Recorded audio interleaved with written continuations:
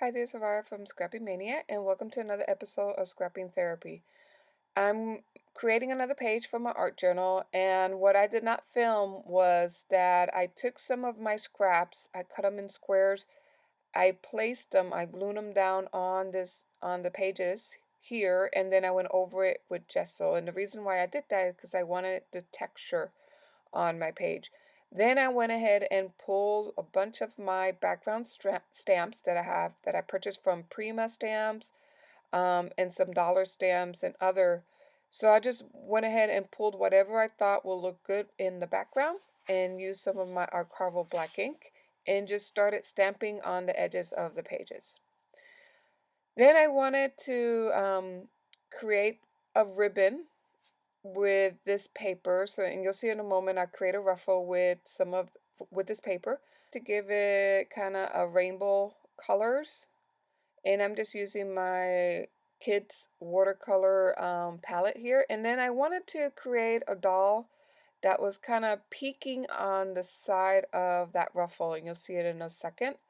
So I'm just using some of my portfolio water soluble oil pastels to kind of color her in. But then I decided to use the acrylic paint to do her hair, and also to give some highlights, some gold highlights on her hair. I'm using some gold metallic acrylic paint, and also I use the same material for her dress. I'm outlining her face, and now this stamp from Peachy Kings is the Laffy Taffy stamp, and it's perfect for faces, for doll faces. And because you can see through it, you can easily figure out which size face will fit your doll, because there's a lot of different size depending on the size of your doll. So here I'm just putting a little bit of makeup on her face. And then what I want to do is I want to cut her out. But before I cut her out, I go ahead and create my strips of my paper here of my ruffles. And I glue it together. And then I'm just going to create ruffles just to give it a little more texture. So I'm just placing my doll. It seems like she's peeking out of behind the ruffles, and then I went over with some more stamps just to give it a little more detail. I hand drew that heart, and I started painting the heart, but I didn't like it. So then I remembered that I had this larger heart in my stash, so I decided to pull that out, and I just placed it on the page.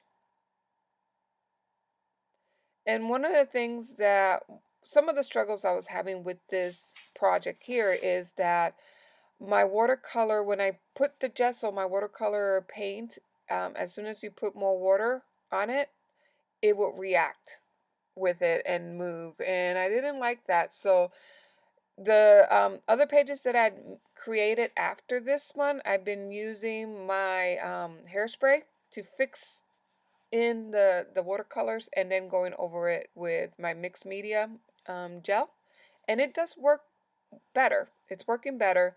Still haven't found that perfect setting that I can use my watercolor paints and not have it smear when I put some gel medium or other medium on top of it. So I'm just placing a little more of my stamps around the heart. And I'm almost done with this page. And now here is, I'm putting some drippage of gesso